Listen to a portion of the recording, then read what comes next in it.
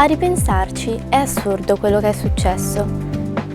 Ed è successo qui, a Venezia, in tutte le scuole.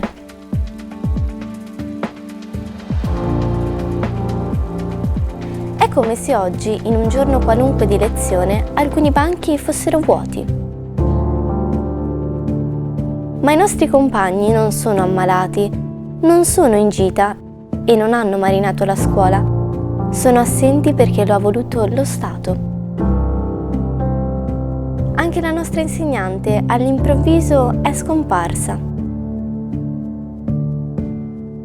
Era il 1938 e il razzismo diveniva legge di Stato. L'esclusione, l'umiliazione, l'indifferenza sconvolsero la vita degli ebrei veneziani.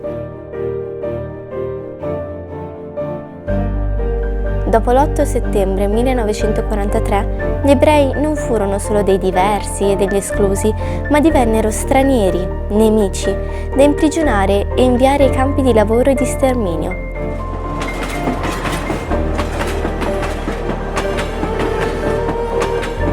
Ma come reagì la comunità ebraica?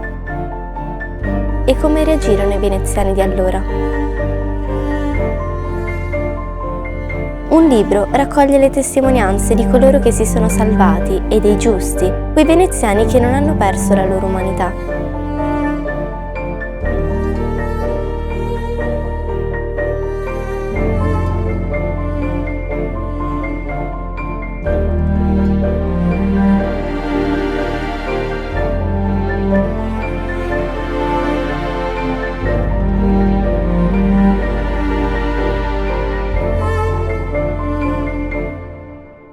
Ascoltarli significa riflettere sulla nostra storia e contrastare il progetto nazista della cancellazione delle vite e delle memorie.